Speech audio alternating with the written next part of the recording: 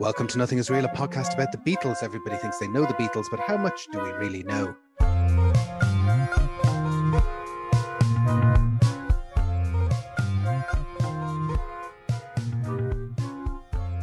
My name's Jason Carty. My name's Stephen Cockcroft. And we're live on tape from Dublin and Belfast. On the 1st of August 1971 in Madison Square Garden, a concert took place, two concerts actually, labelled George Harrison and Friends, but now known more commonly as the Concerts for Bangladesh.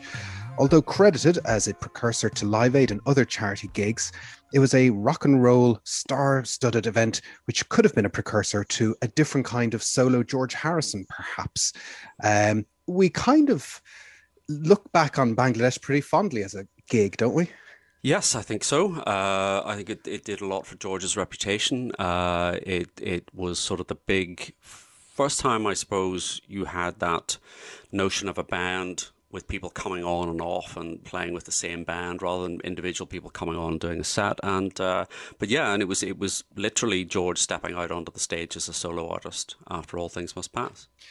So what we're going to talk about in our episodes on this is how the concert came together, where George was, what actually happened on the day, all the after effects and, the big $1 million question of what did it all mean?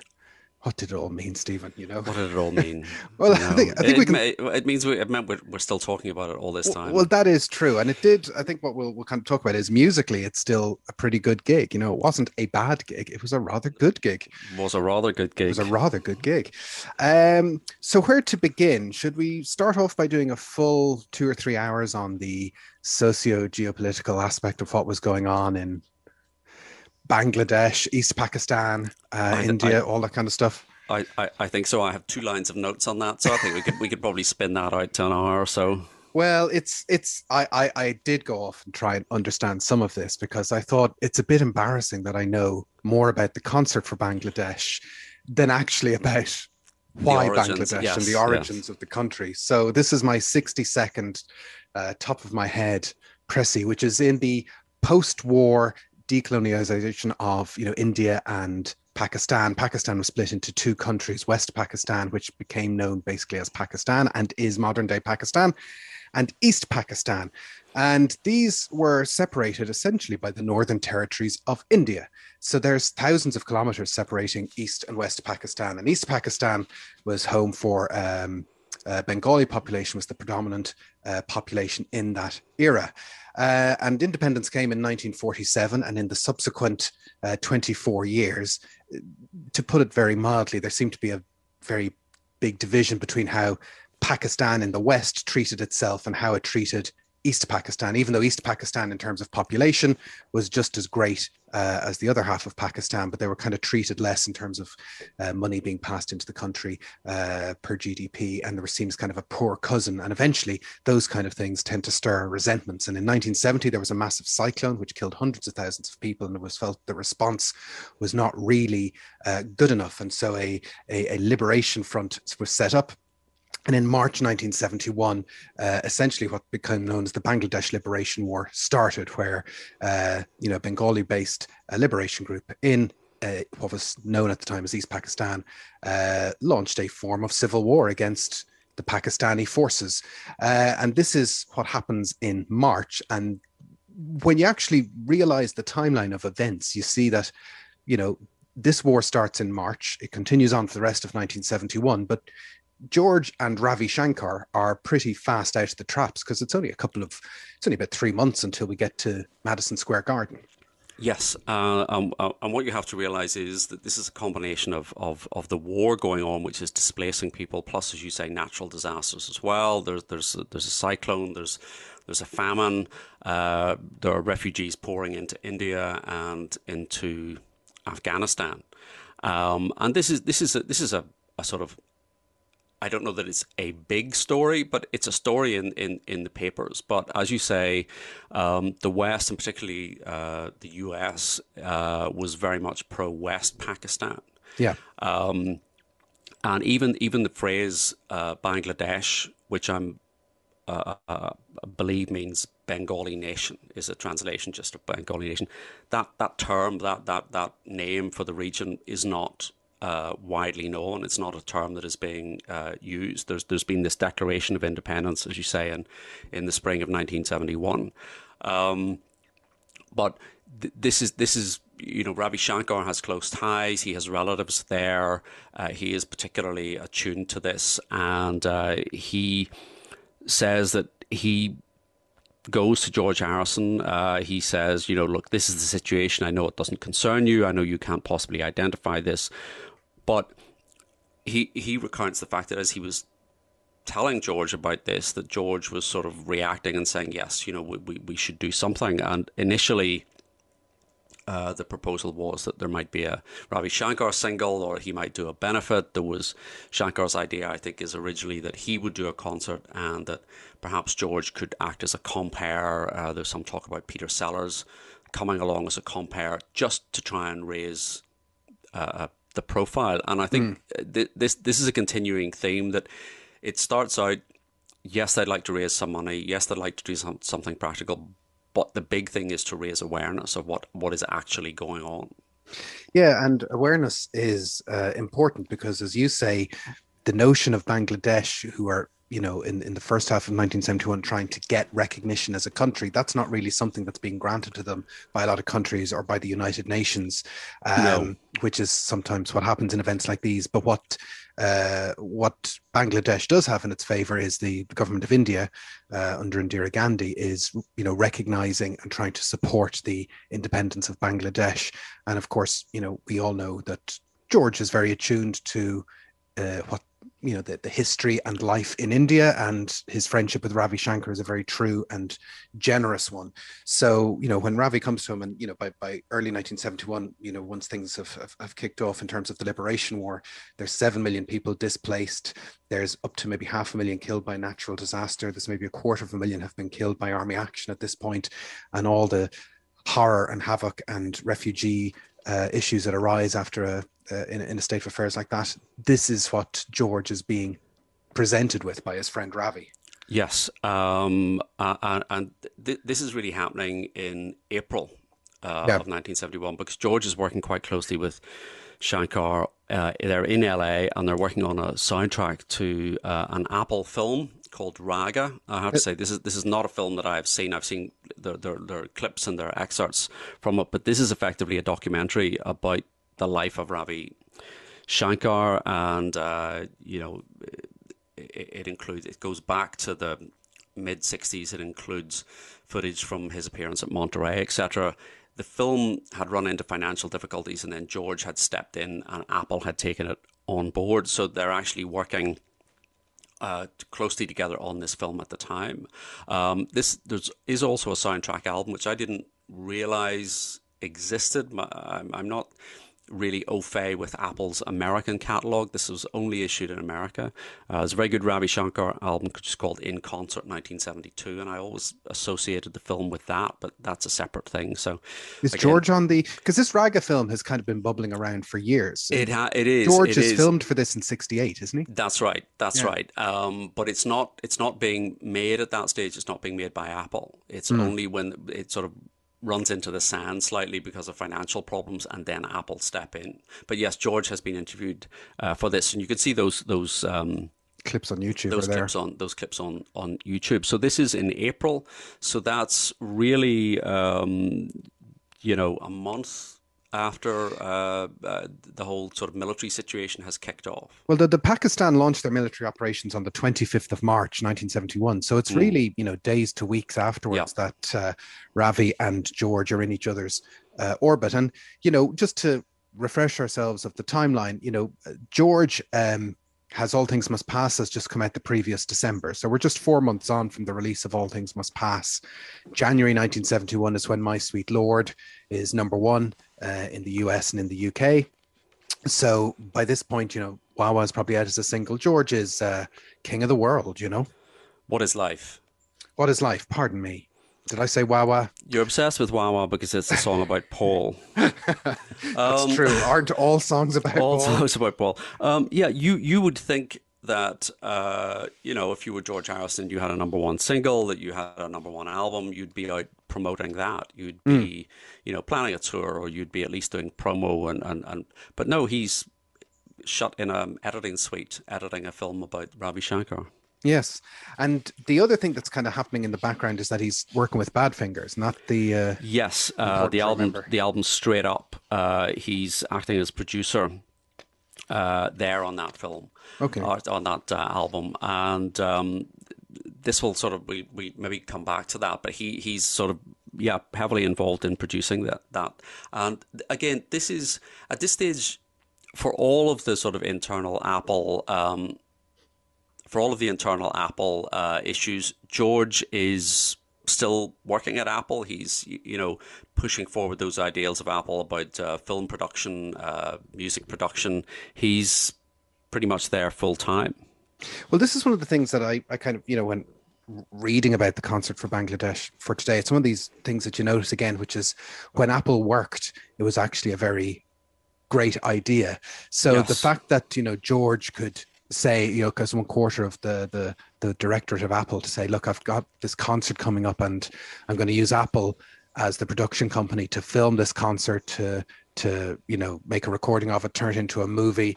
I know they weren't doing it for profit, but to have a company that could actually be mobile enough to cover a record recording, a concert recording, and to give it a bit of Beatle glamour, so to speak, it was very useful. Yes, and I think it shows you do have interviews, where George is saying retrospectively, oh, Apple, that was John and Paul's baby, that was their thing, and where he's kind of slightly distancing himself or trying to put some clear blue water between himself and and what's perceived to be the downsides of Apple. But at this stage, he was very involved. Ringo was very involved, and I think we've mentioned before that sort of it was around this time, maybe a little bit later, that there was a seriously entertained by George and Ringo that they might buy Apple in order to pursue their own things. And remember, George will start his own label, Ringo will start his own label.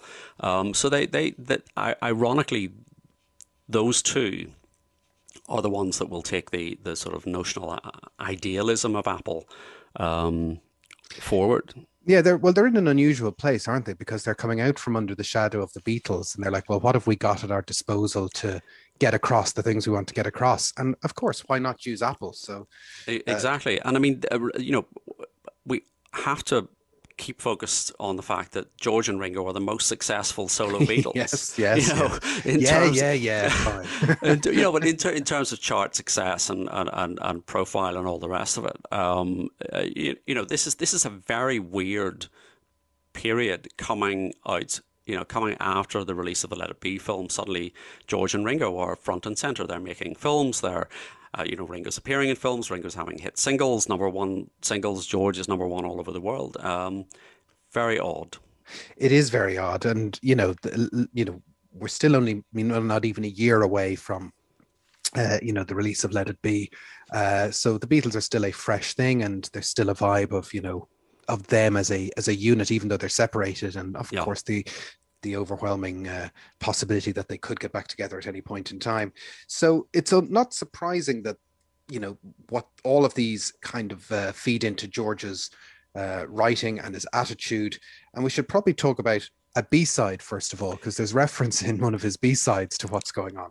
There is. This is. I don't know if you know this song or know this song well. This is called Miss O'Dell. It will not come out until after the concert for Bangladesh. It appears as a B-side to Give Me Love, Give Me Peace on Earth in 1973. But it was written around this time, and it's the first sort of comment that George makes. One of the lyrics talks about Rice going astray on their way to Bombay, and this is this sort of slightly cynical take on Western aid, supposedly getting to these refugees and then disappearing. This is a kind of slightly jokey song, almost a kind of proto Wilburys vibe about it. There's two versions, one in which George laughs, sort of breaks down in this slightly forced laughter in the middle, and one is just a straight version. You can get it on the bonus track on Living in the Material World, and there's a version on the DVD that accompanies the little box, sort of clamshell box. for that. And I know you like fun facts. Love fun facts. I love fun generally. You love fun I generally. do. This is where we're so different in that We're regard. quite a fun podcast. Yes. You bring the fun and I bring the facts. Wow. Let's get rid of everybody thinks they know the Beatles. That's a catchphrase. That's a catchphrase. At the very end of the song, where he's saying, Miss O'Dell, why won't you call me? Chris O'Dell, I should say, is she's a really amazing Zelig type person who's involved in so many things. She's exactly that. She is exactly that. We mentioned the fact that about her book. She has a very frank, shall we say, autobiography about her time at Apple, and she just seems to have wandered into Apple, and Derek Taylor said, "Yep, here's a job," and the next thing, at one point, she's hanging out with living at Friar Park, but she goes on. She works with the Stones, she works with Dylan. I mean, does all those tours, Crosby, Stills and Nash and Young tour in 1974. She is just everywhere. So it's a fascinating book. But George writes this as a kind of jokey song when he can't get hold of her or she won't ring him or whatever. But at the end, George sings a telephone number. Just at the very outro, the very last line. And it's a telephone number to put you in touch with Chris O'Dell? No, it's a telephone number to put you in touch with Paul McCartney. It's Paul McCartney's old telephone number from Forth Lynn Road. That's amazing. Have you rung that, Stephen? I have not phoned that. But it is that thing. Can you not remember from when you were a kid? I can remember telephone numbers from when I was a kid. Can't remember anybody's contemporary. Yes, because you don't have to, because they're all on your mobile phone.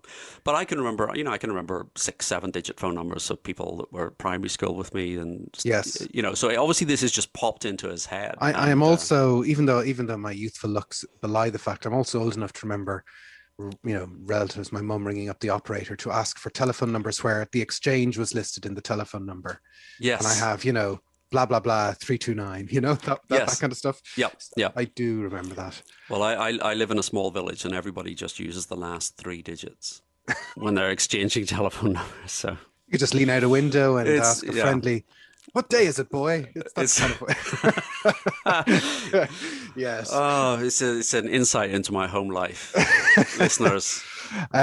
So there's a lot going on feeding into all this, aside from ringing Paul back in Forth Lynn Road. But things start to come together, to use a Beatles pun. The news is getting a little bit of cachet worldwide. The Sunday Times have an article that around about April time talking about the horrors of what is going on. And as you said, the original idea was a bit sort of benign. Oh, George, could you come along and say hello? And yes, I think something that, everyone says, the concert for Bangladesh, was the first big charity concert. But of course, there had been charity concerts before. They'd just been sort of, well, we're doing something tonight in aid of, the local orphanage, or, this kind of charity or that kind of charity. What Bangladesh is, ends up doing differently is this sort of huge leverage kind of mass event, as opposed to let's just do a regular event for charity. This is it. And although George is very careful not to get involved in the politics of what's going on, and I mean he gives a press conference at one point and he specifically says that, nevertheless, what this is about as much as anything is raising awareness of Bangladesh, of this independence movement. And there has been some traction in the West. Ted Kennedy in the States, he was a Democrat. I mean, Nixon is in power in America as president at this time, and he is very pro-West Pakistan. Ted Kennedy has sort of picked up the cause of sort of the liberation movement for Bangladesh. But this is as much about raising that and just getting a discussion going, because, in the West, it's all happening somewhere very far away. And George mentions, in the press conference, well, last year it was Biafra. There was an issue there. And this is just, again, it's somewhere distant, and it perhaps sitting in the 21st century where everyone is connected to everyone and news events happen. This kind of huge natural disaster, it was just getting a few paragraphs in a paper. So as you say, there is this article in the Times, and this is really the point at which it moves from being perhaps Ravi Shankar could do a concert and raise $25,000 to perhaps we can do something, more than that. Well, and what we kind of see happening once George decides to really get involved, I think the quote we have here is, George says, the concert for Bangladesh happened because of my relationship with Ravi. I said, if you want me to be involved, I think I'd better really be involved. So I started recruiting all these people. And from what we know is that George picks up the phone. There's a clip, I think, in one of the documentaries where Ravi says, "Oh, it happens quite quickly." And then George at the time is saying, "I was on the phone for a month, Yes, trying to get people happening." Yeah, yes, and Chris O'Dell talks about this that he started drawing up a wish list of people, and sort of his wish list was kind of Ringo, John Lennon, Eric Clapton, Billy Preston, Badfinger that he was working with in the studio. So he starts very quickly formulating. But yeah, you imagine you don't just get all these people on the phone and they say, yeah, fine. When because there is no template for that. That's the other thing to be aware of. There really isn't a template for this. No. And he is, as we mentioned earlier on, he is working with Badfinger on the Straight Up album at this point. He's working with Ravi Shankar at this point. So they're in his orbit. Yeah. But John Lennon is in his orbit because this is around Imagine time and he's involved in Imagine. Yeah. And he also telephones an astrologer. Yes, because it's very important to consult the stars. So he was consulting the stars and he was consulting the stars. You're wasted on this podcast. That's a great joke. So he consults an astrologer. Well, we do that when we're recording. Yes, that is true. Auspicious day for recording. So this astrologer says, you should have this concert in early August. And it turns out that the 1st of August is the only day that Madison Square Gardens is available. You think the astrologist is perhaps on the payroll of Madison Square Gardens? So tell him the 1st of August works for us. And the 1st of August is the date. So, I mean, it becomes a very real thing by as we head into May 1971. Yes. And at this point, as you say, phone calls are being made. He's drawing up this wish list. The logistics of pulling this all together. Now, what you have to remember is George doesn't have a band. Yeah. He's not played live. So the previous template for this type of charity event would be, band number 1 comes on and does a set, then band number 2 comes on and does a set, there's a gap, band number 3 comes on and does a set. But this is something different. This is a sort of rotating cast. There's a group of musicians on stage and people will be drifting in and out and doing their thing. So you're starting from scratch to rehearse a huge band of musicians, all from different backgrounds.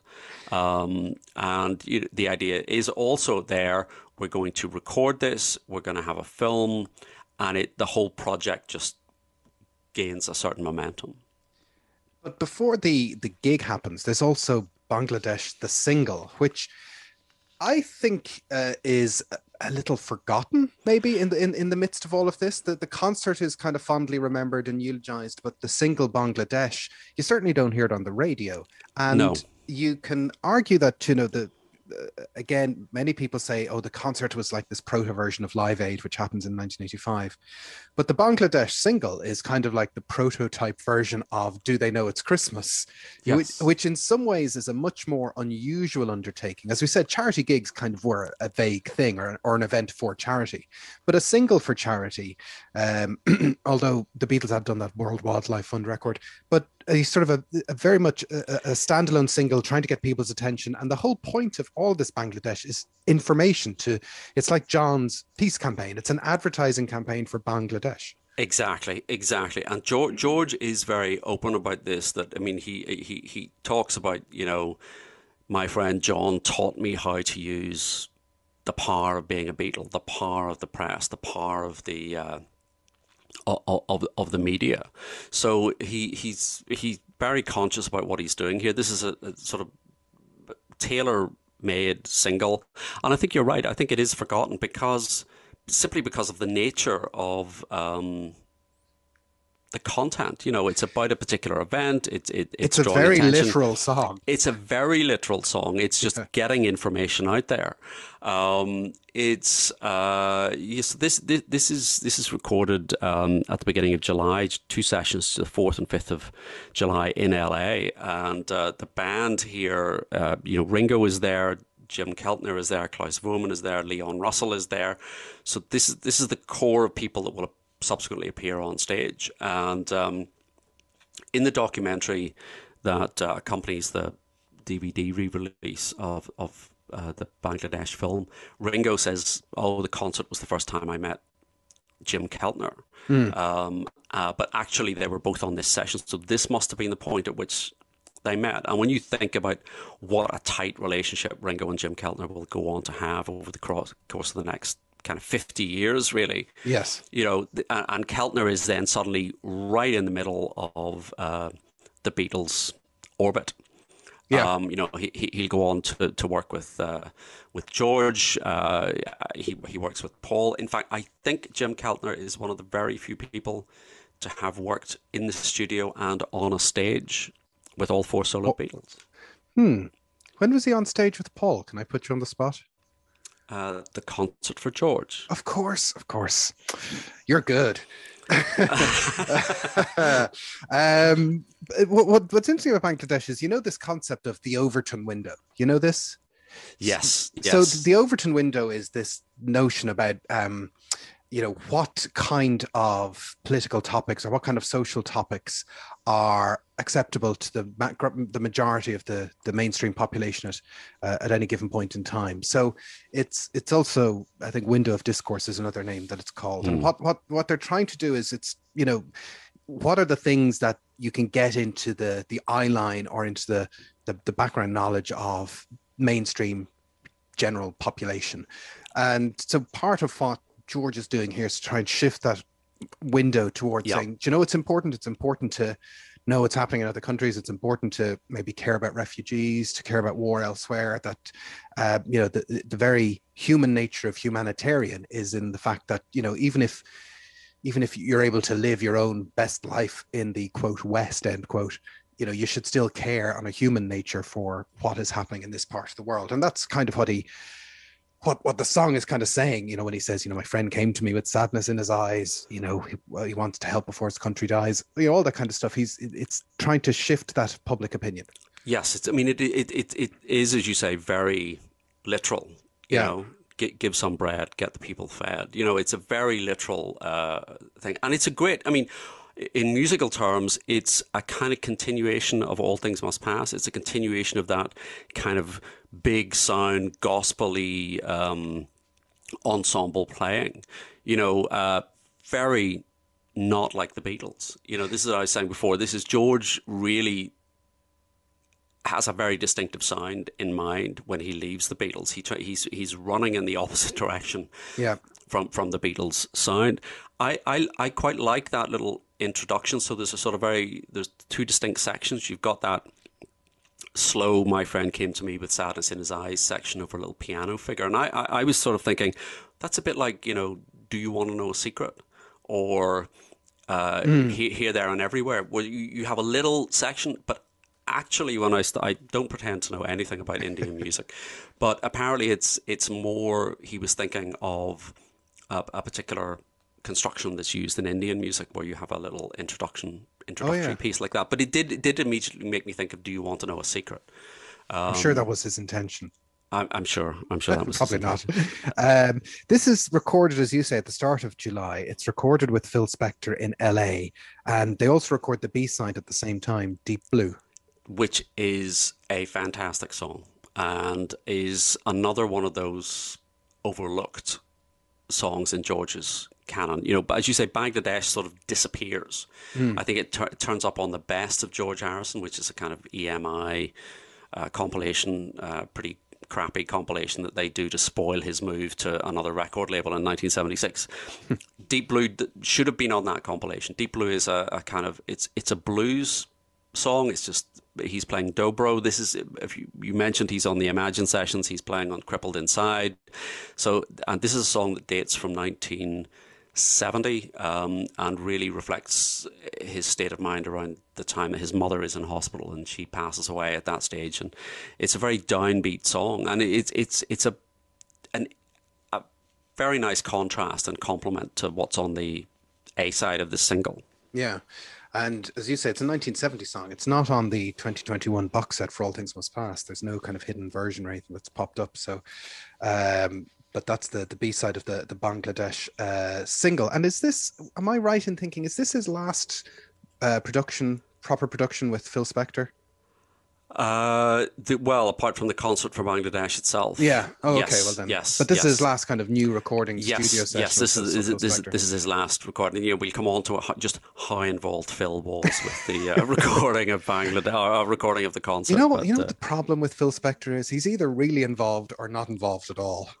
That's true. I mean, there's a couple of problems with Phil Spector. I was going to say that's not the problem I thought you were going to identify. No. But apart from the other problems, yes, the main problem is amongst the problems of Phil Spector are yes. So the Bangladesh single is recorded at the start of July, and it's rush released because this concert is happening on the 1st of August, and so that single needs to be in the shops for then. Yes. The other thing that is kind of hovering around the pre-concert for Bangladesh eyeline is, the Beatles. They're on a break. Is there going to be a reunion? And speaking of breaks, we'll discuss it after our break. End of part 1. Intermission. End of intermission. Part 2. Welcome back. So yeah, a cloud hanging over this whole concert for Bangladesh malarkey is, are the Beatles going to get back together? Because the concert itself is labeled very, mysteriously as George Harrison and Friends. Yes. You think if this was happening today, you would be saying that in order to kind of build up the tension and the expectation. But in 1971, it was being called George Harrison and Friends because they didn't have a final lineup. Raised this expectation: are the Beatles going to get back together? It was less than 12 months since they had supposedly split up, and during that time, no one's actually coming out. There's arguments back and forward, but this seems to be a kind of perfect opportunity to get the band back together. It is one of those things that, when you play the what if game, it's not totally unimaginable. So let's, if my maths is right, aside from George, there are 3 other Beatles. So well done. Thank you. Let's see what each of them had to say, because number 1, everyone's friend, Ringo Starr. Yes, he's there. Yes, he's never any doubt. Never any doubt. And I say there is this documentary from 2005, the re-release, and he basically says, yes, of course I was going to be there. So Ringo was actually in Spain. Yep. Filming Blind Man, classic spaghetti western. As discussed on the Films of Ringo Starr. Films of Ringo Starr. Yeah. We watch them, so you don't have to. So he actually interrupts the filming to come and attend. I say he is there at the beginning of July on the single, and never any doubt he's going to be there. And of course, he has a big hit single, "It Don't Come Easy." So he's good to go. He is good to go. Okay, so that's Ringo. I'll put a big tick beside Ringo on the concert for Bangladesh guest list. Next on the list is John Lennon. Now, John, as we said, wasn't totally unimaginable, that he turned up because George has been doing good work on the Imagine album. They're pretty tight. George has been working on those sessions for Imagine. John is, he's the political Beatle. He's a part of the people. He's embracing kind of, inverted commas, revolutionary street politics. Yes. So you would think he is a natural to say, yes, absolutely, I'll be there. This is a great cause. And he's still UK based Lennon at the minute. He's not totally New York Lennon, just in terms of timeline, which is important to remember. But it seems that when George sent him the invitation, it wasn't a +1 invitation. Is that potentially what's going on here? This seems to be the issue. That it was, would you like to come? And John says, well, yeah, Yoko and I would love to And George has made it very clear that Yoko is not, the invitation does not extend to Yoko. He does not want that style of avant-garde performance as part of this show. Well, just as a side point, I mean, when we do look at the final lineup of the concert for Bangladesh, George seemed to forget to invite any women. Yes, Like, there were some women in the backing singers. You know what I mean. There wasn't. But well, that is funny because I was watching the film last night. And I was thinking there are no women there. But then you think about who would he in 1971. Well, who was in George's orbit? That it was a very male-dominated kind of big, for sure, serious yeah. rock star vibe. You know, the women were the kind of the chicks. You know, they were the assistants and the wives and the girlfriends, and it's a bit Spinal Tap. You know, it's. Yes, you do feel that, everyone kind of goes, well, we could ask Joni, and could we ask anyone else? Big I Con don't know, Balls, Carol King, and again, it doesn't fit the vibe of the music that's there. Sorry, I'm not saying that's a good thing. I'm just saying it's a very male. The invitation says hairy beards only, and that's how it'll be. And right, that's how it'll be. Yeah. But we laugh about this, but at the time, it's John and Yoko, it's Paul and Linda, and they are definitely choosing sides. And John is quite defensive about this notion that he didn't want to help out or he didn't want to get involved. And it's really interesting that John couldn't overcome his personal issues if he's such a great political actor. This is arguably the start of the revisionism that is the hallmark of the post-split Beatles. So, the story is supposedly that George rings him up and says, the invitation is for you to come along. Really, Yoko stuff is not going to fit. John subsequently says, Alan Klein put it about that I headed off to England so that I wouldn't be at the concert. But I told George about a week before that I wouldn't be doing it. I just didn't feel like it. I just didn't want to be rehearsing and doing a big showbiz trip. And this is him, after the concert has been a huge hit. George's profile has been elevated, and he's obviously very conscious of this idea, this John Lennon wouldn't do this concert. And so he's sort of justifying it and saying, we were in the Virgin Islands and then we'd have to come back and we haven't got people. And anyway, I've got enough money. I don't feel like doing 2 shows a night. And he's kind of scrambling around for excuses or attempt to justify this. But who knows? Who knows? That's John's take. Yeah, there's so many possible projections onto this. Did John have any anxiety about potentially being second fiddle? We know John had stage fright issues as well. Did he literally not want to go on stage? There's a whole take on, George, as we've said, is quite powerful at this point. And, what would that have meant, For what it's worth, my guess, my theory, without any evidence, would be that it was not wanting to play second fiddle to George. Plastic Ono Band has come out. It's in December '70. It's been a critical success, but is dwarfed by All Things Must Pass. George is now headlining this big show.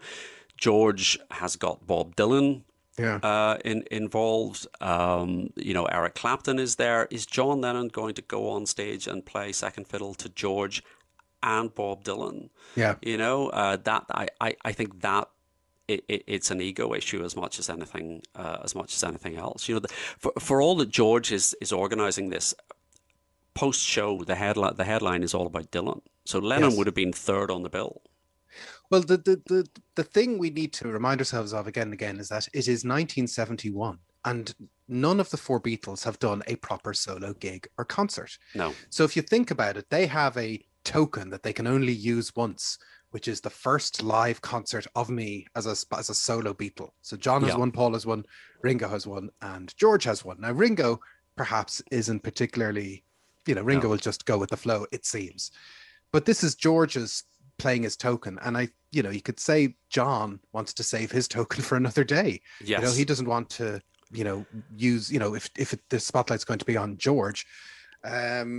use it some other time. I think that's right, and bear in mind that when he does use that token, it's for the one-to-one charity gig. It's for a charity gig in Madison Square Garden. Where did he get that idea, I wonder? But if only if only Yoko Ono had let us know exactly what had happened. It would be nice, yeah. Oh wait, hold on. I feel Yoko wrote about this in the Lennon Anthology box set, and I feel we kind of need to read out the whole thing. You're not going to. Are you going to do your Yoko Ono voice? I will not do a Yoko Ono voice. Well, then you may proceed. Thank you very much. A phone call came and John picked it up. He was saying, yeah. I saw that he was getting very upset. He hung up the phone without saying a word. What was that? Oh, that was George. A long pause. He's saying, join the Bangladesh concert and all that. Dylan is coming too. I'm not going. Why? I think we should go. It's a charity. It's for a good cause. I said, we're not going to do it. Why? Because it's George's little thing. We'll do our own, you and me. I think we should go, I said. Does it matter that it's George's? This is great, isn't it? It's like being in the room. I know. John was getting angrier and angrier. I was getting angry too. I thought John was being big-headed about it. Okay, if you don't want to go, I'll go. I'll go alone, I said. Okay. John flipped out. You want to be a performing flea? Go ahead. You'd perform at the drop of a hat with any excuse anywhere. I think we should go. I'm leaving. John left the room in a huff. And I just sat there. So first of all, that's a great recollection of a one-on-one conversation 30 years after the fact. I heard much later that George Harrison told John to come alone to the Bangladesh show, without me, that is. Was that the real reason John did not want to do the show? I guess we'll never know. And that's Yoko. And scene. A classic Yoko hand grenade thrown into the situation to say, well, I guess we'll never know. We'll just never know. There's no way of knowing. There's no way of knowing apart from me just telling you what happened. It's interesting. And it's possible. I can imagine it was potentially one of the factors that stopped. I think so. I like the idea that Yoko was saying, well, if you don't want to do it, I'll do it. I'll go on my own. That's fine. And yeah, I can see... yes, I can see George would have been happy with that. But what the long-term effects of this is that, John and George never really get their act back together as two pals after this. Yeah, there is a kind of change in their relationship. And if you remember, I think we touched on this in the 1974 episode, when George and John have a big bust up at the end of the year around the signing of the papers, and George says, you weren't there when I needed you. And this is kind of maybe a throwback to this situation where I needed you to come and do this. I wanted you. This was a big thing for me, and you weren't there. You weren't there to back me up. I wonder, did it really matter to him at that time that Paul wasn't there? It seems that Paul wasn't there. Oh, sorry, that John wasn't there. I don't know. I mean, I think John's relationship with George is probably the subject of several episodes of a podcast. We know that in 1973, George was saying, let's form a band, you, me, and Ringo. So that was a sort of an attempt to sort of. But I suppose George to get onto an equal footing with John, and I suspect that there's that tension between George being the youngest member of the band, always having that slight kind of hero worshipping aspect with John, but at the same time struggling to assert his own identity and say, well, look, I'm just as good as you. My work is just as good as you. I'm commercially as successful as you. You need to start treating me as an equal. And John really wouldn't.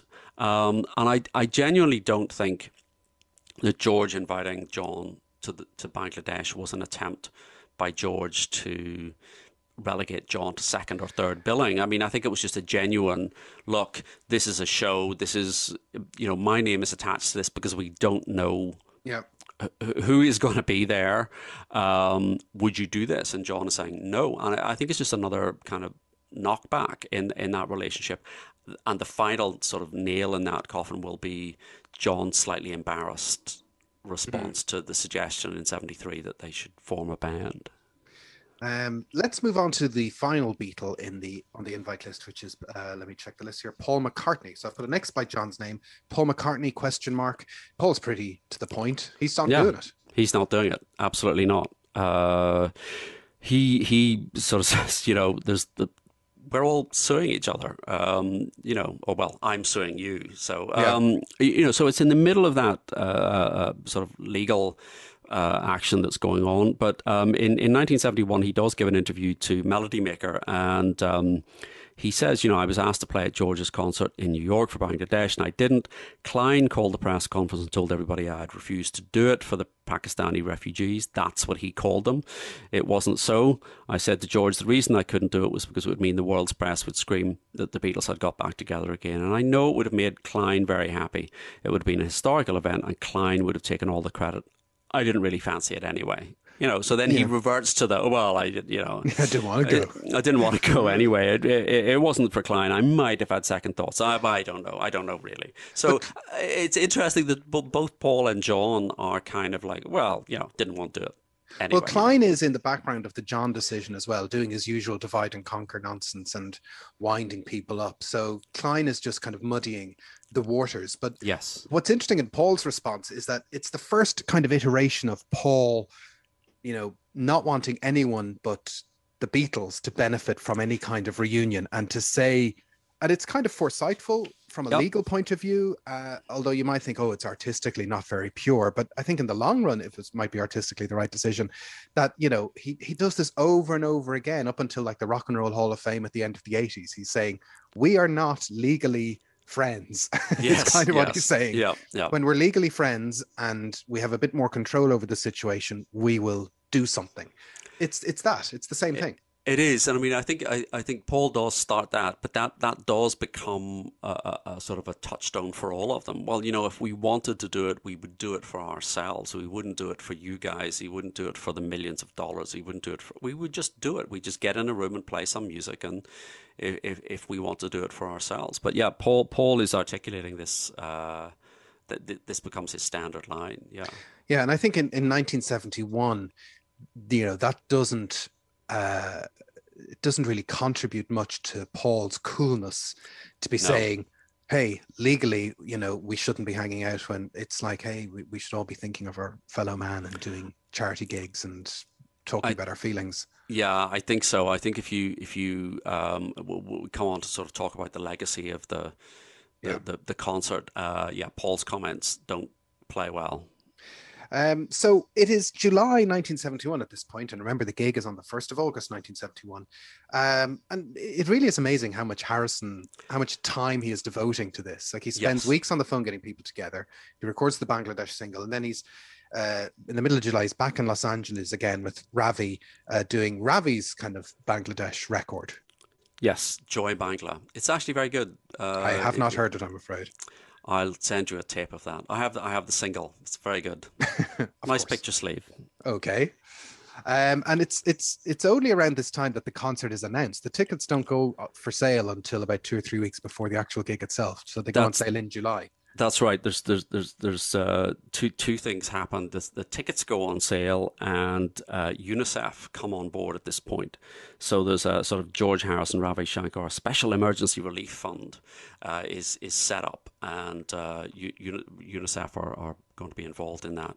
And as you say, I sure as hope as hell all the paperwork is okay on that stuff, he said in a foreshadowing manner. Anyway, you can never have too many lawyers. I'm sure he had all his legal. I'm sure they've done everything. Let's just park that notion. Yeah, let's not think about that at all. So as you say, yes, the tickets go on sale. And again, in the 2005 documentary, you have news footage in New York of the kids, in sleeping bags, queuing up to buy the tickets. In the days when you had to actually go to the box office at the venue and pay your $7.50. $7.50. I know. That's 350,000 million pounds in today's money. Can you imagine what you would have to pay to see that kind of lineup today? It's nuts. Well, the final number of tickets sold raised, $250,000, which is 1.6 million in today's money, and they sold 40,000 tickets, which is 261,000 people in today's money. That's an inflation joke, but it sells out. Like it's initially only one show, and that show is a sellout. And it's very quaint that they think, oh, can we sell out 20,000 tickets? George is very upfront and very sort of genuine about this. And he said, my manager, Klein, he was anticipating a sellout, but I wasn't so sure. I knew the Beatles could have a sellout, but on my own, it was different. And then he's says, we sold the tickets, we put on a second show. There are seats behind the stage from which you can see nothing. We had requests for those, so we sold those as well. So I think he is genuinely taken aback at the scale of interest. But again, as you say, this is still being billed as George Harrison and Friends. And we are still in uncharted territory because, there's never been a solo Beatles gig with a solo Beatles name on it. And, it's 1971 and music is kind of moving on. And there's this notion, it's really only around 1971, 72, 73 that the notion of forming a legacy in relation to the music of the 60s starts to come into view. And you could argue maybe someone like Klein can see that happening.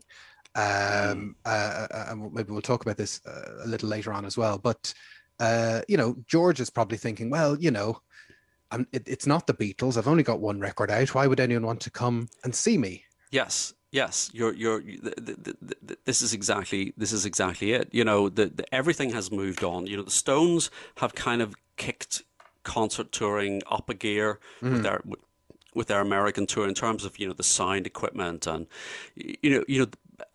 the Beatles last performed on a stage in 1966. The sound was terrible; you couldn't hear them. Yeah.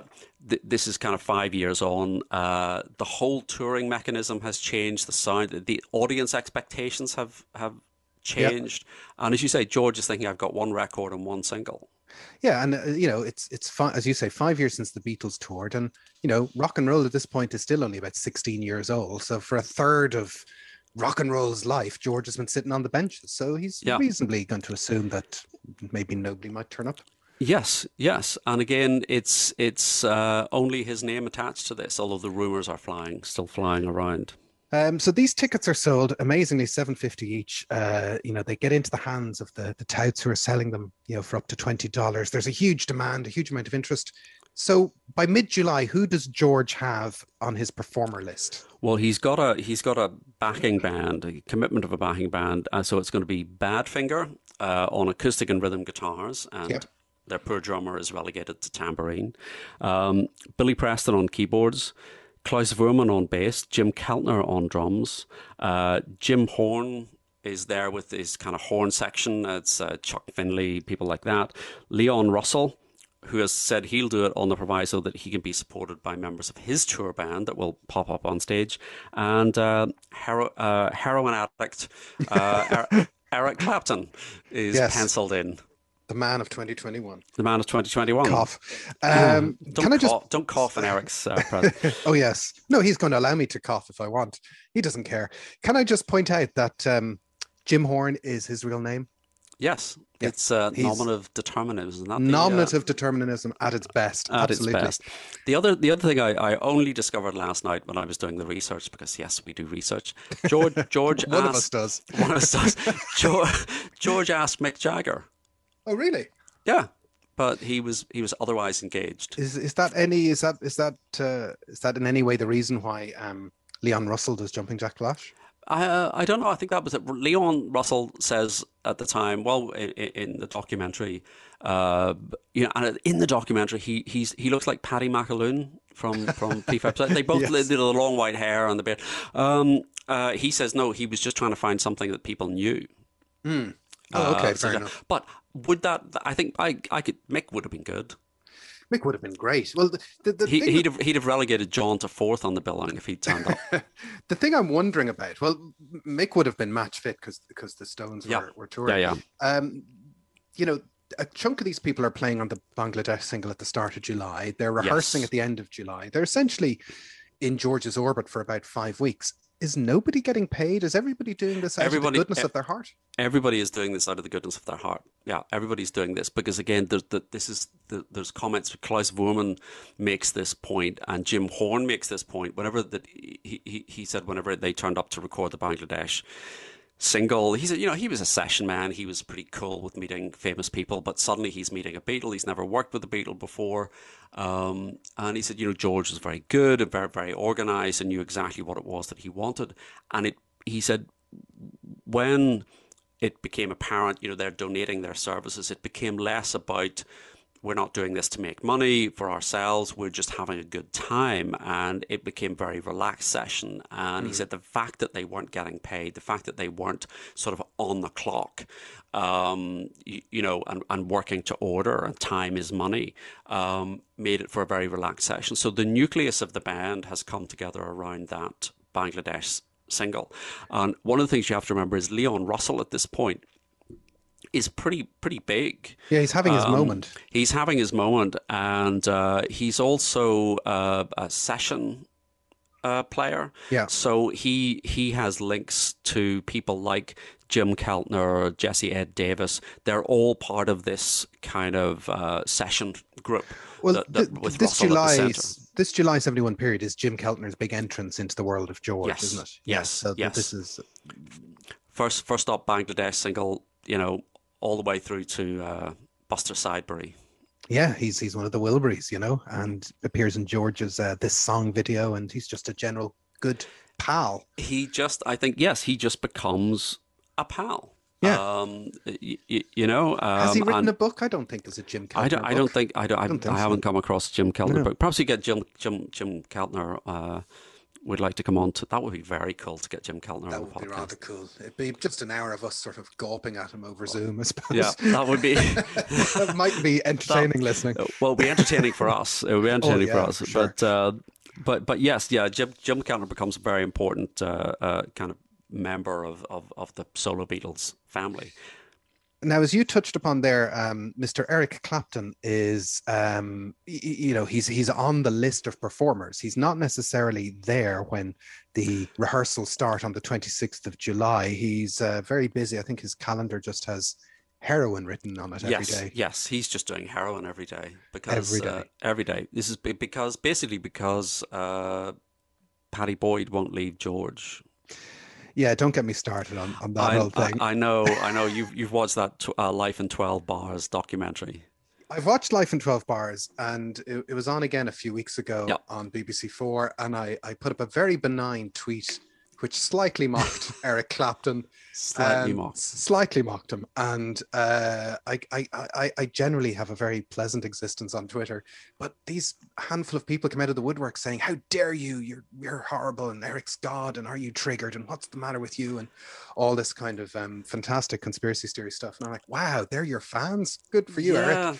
But Life in 12 Bars, the Eric Clapton documentary, like what I wasn't slagging the documentary, it's very, very good. It's just really depressing. And it's a tough watch. It's a tough watch, and it's an officially sanctioned Eric Clapton documentary. It feels like it's some sort of 12-step penance kind of documentary where he's trying to make up for, all the things he's done. I mean, I do find Eric Clapton kind of, what's the word?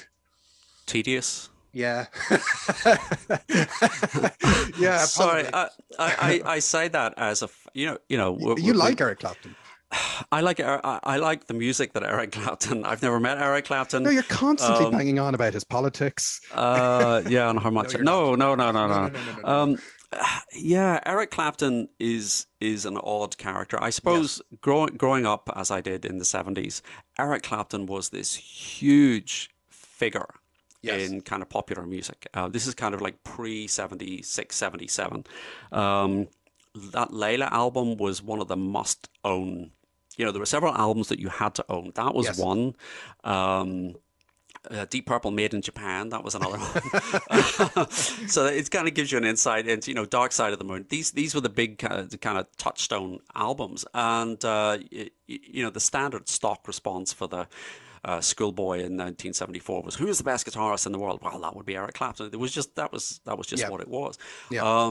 And then he became rather dull and sort of released reggae versions of I Shot the Sheriff and stuff like that. But yet you would go and see him in concert and he would kind of, Well, you know, it's a quirk of me being bitchy about Eric Clapton that the last proper musical gig I saw before lockdown was Yes. Eric Clapton, where you and me were over in London watching him at the Ginger Baker tribute gig Yeah. in February 2020.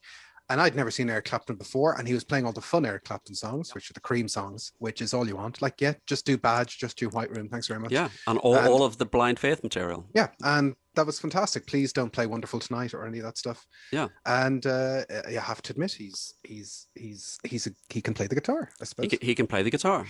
You know, I'm not going to get embroiled in the is Eric Clapton this, that, or the other, but yeah, Yeah. you know, I let's just say I've seen Eric Clapton in concert a few times, and what was that concert for George thing? Oh yes, you were at that, weren't you? Yeah, I keep forgetting, but you know, he's quite good at that too, because as you say, he's just playing the fun Eric, the good Eric Clapton. Yes. But I feel no need to ever see Eric Clapton in concert ever again. No. Sorry, Eric. Oh no. If he hasn't turned off by now, he's definitely turned off when you've said that. So back to We've been sidetracked. So we've been I've got sidetracked, onto my Eric Clapton like soapbox. Eric Clapton being sidetracked by heroin. So Well, he's yeah, not there when the rehearsals he start is because he is not there. He is not there. The background story very quickly is, yes, he has asked Pattie Boyd to leave George and, you know, move in with him. He has told George that he is in love with Pattie Boyd. Chris O'Dell was there. You know, she's in the middle of this and has written about it in her book. And he basically said to Pattie Boyd, well, if you don't leave me, I'm just going to do heroin. yeah. Which is a kind of weird way to declare your love for somebody. If you don't love me back, I'm going to become a heroin addict. And Yeah. she wouldn't leave George, so he became a heroin addict. So you've got to think George is trying to get him on board. You know, this is the man that wants to run off with his wife. It's a very weird. It's very weird that, and he's the legend is that he books a flight every day Yes. for Eric to come over from the UK to New York. And he's paying more attention to Eric Clapton's needs, it seems, Yes. than Yes. potentially Patty's needs. I don't know if that's a controversial thing to say. No, I think that's fair enough. And you've got to think, well, why is he doing this? Why is he sort of so much of his focus is he doing this to kind of help Eric, to kind of think, well, this would give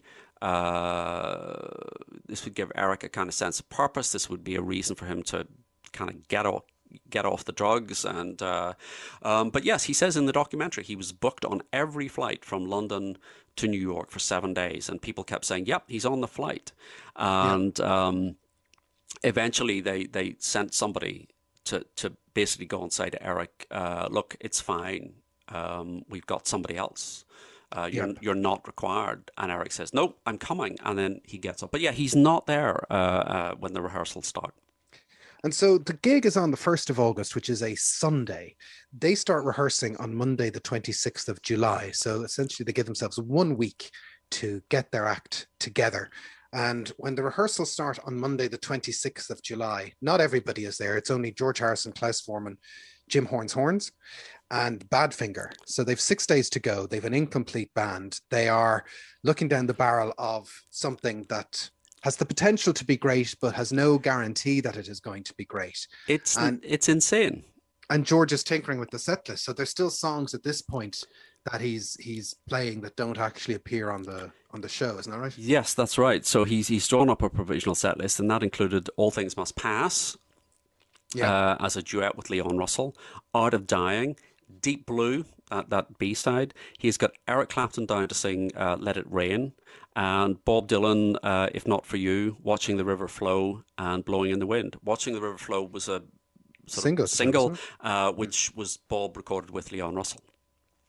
So all things are ready to go. It's Monday, the 26th of July. They're getting ready to rehearse. And that's where we're going to press pause right now. So how does it all turn out? Well, we kind of know, but it's still interesting.